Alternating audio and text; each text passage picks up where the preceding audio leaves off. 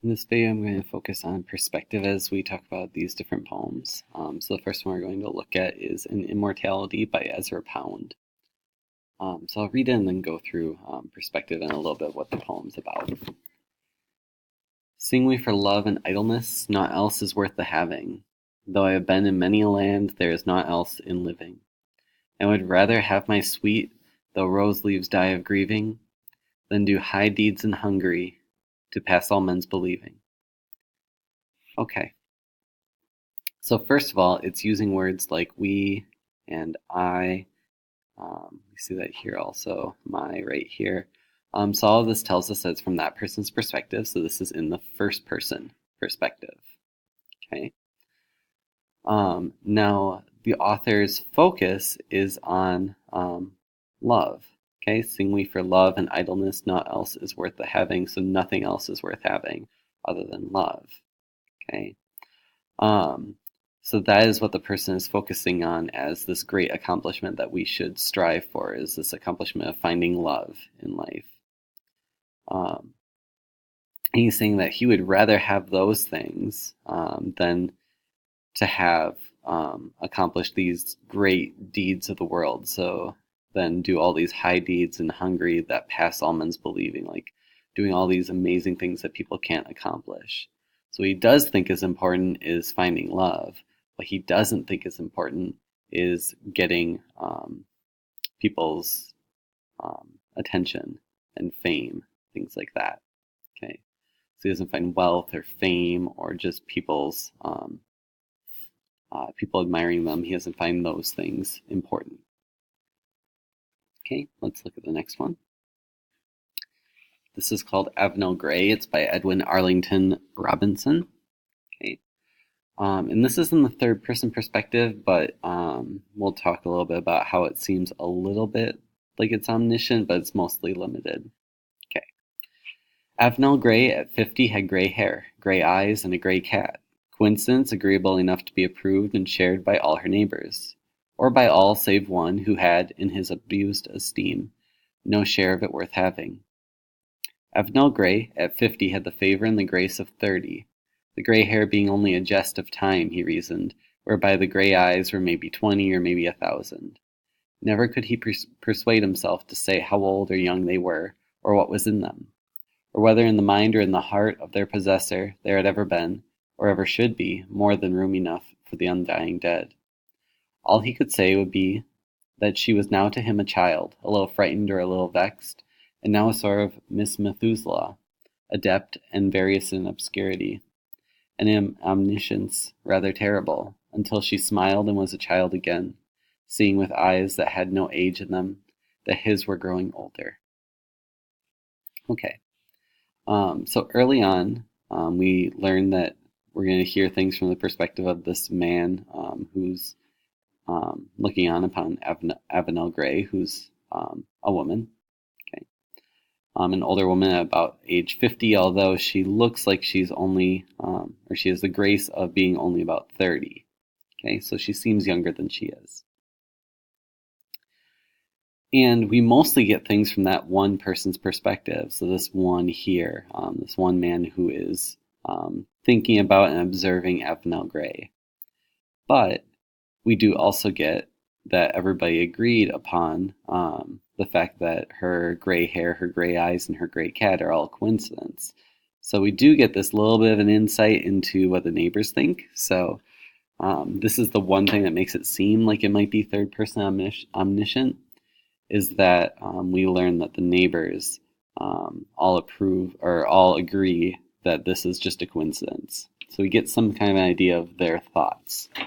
Beyond that, we get everything from the one person's perspective. So from that point on in the play, everything is from that one man's perspective, and that makes it seem like it's third person limited, not third person omniscient.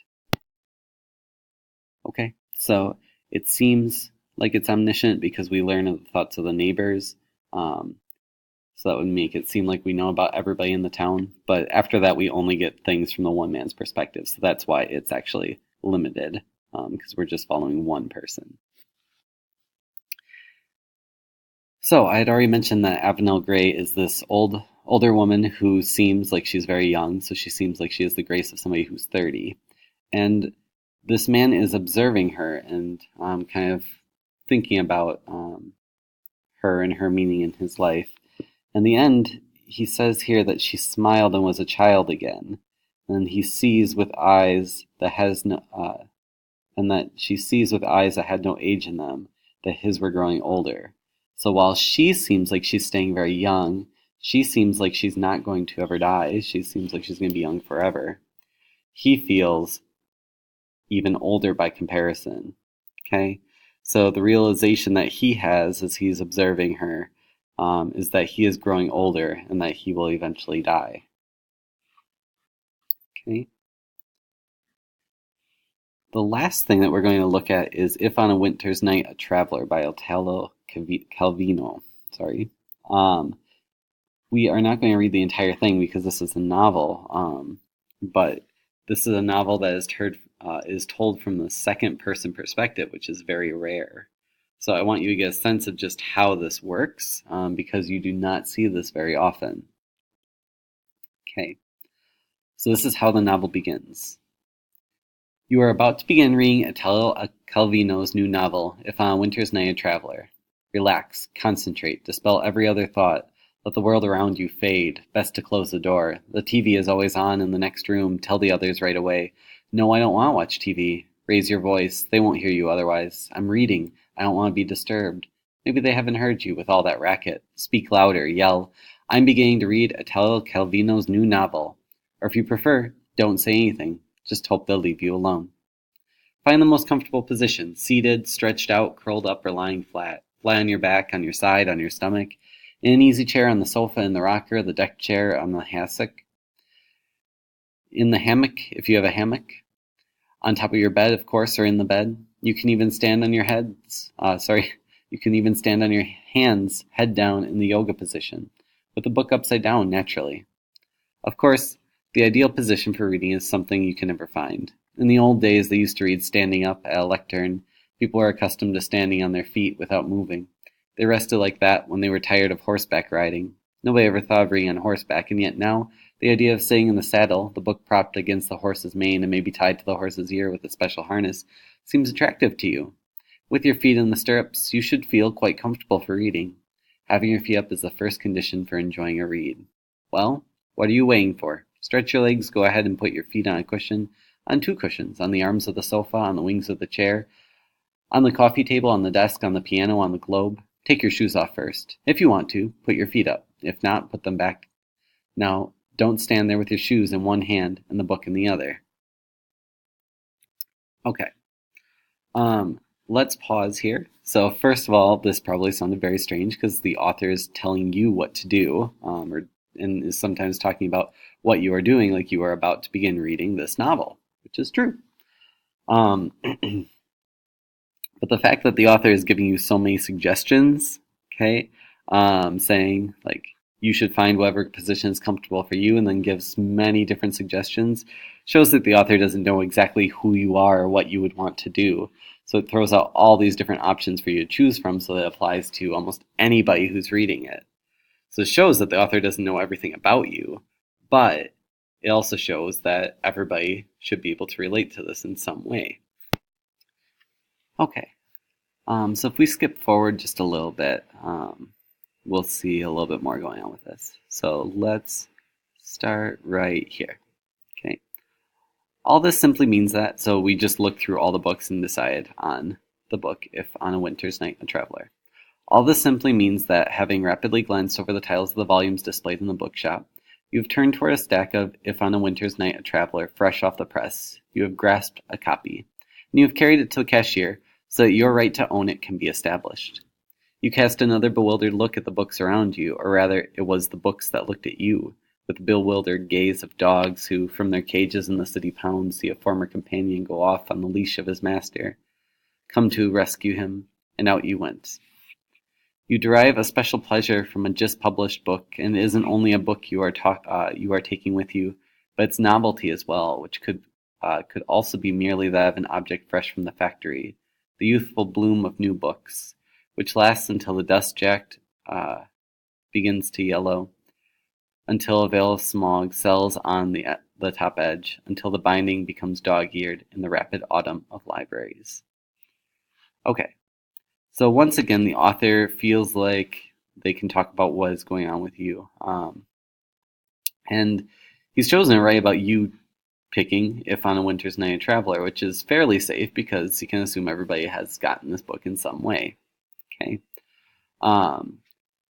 He's using quite a bit of figurative language in here that we want to look at because we've gone through some of this. The main one I want to talk about is personification. So we talked about this last lesson, but it says that you cast another bewildered look at the books around you, or rather it was the books that looked at you. So the books are looking at you with a bewildered gaze. So the books are confused and the books are looking at you. Those are not things that books normally do. So that's one good example of personification here. You also see a lot of metaphor in here. So the books are looking with the bewildered gaze of dogs. So the books are being compared to dogs from their cages in the city pound, seeing a companion, like another dog, go off on the leash of his master, come to his rescue, or come to rescue him.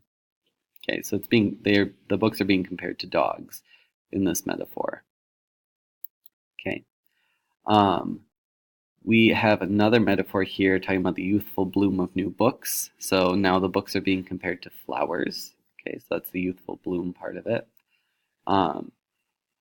And we continue to see the author using the second person perspective throughout this entire section. In fact, the author will do this throughout the entire book. We aren't going to read more of this. I know that a lot of you would get very frustrated with it, or at least not find it very entertaining. But at the very least, hopefully you can appreciate that it is something very different and unique and not like something you have read before. Okay, so this is not common that people use this perspective, but this is what it looks like when they do. Okay, thank you for watching these videos.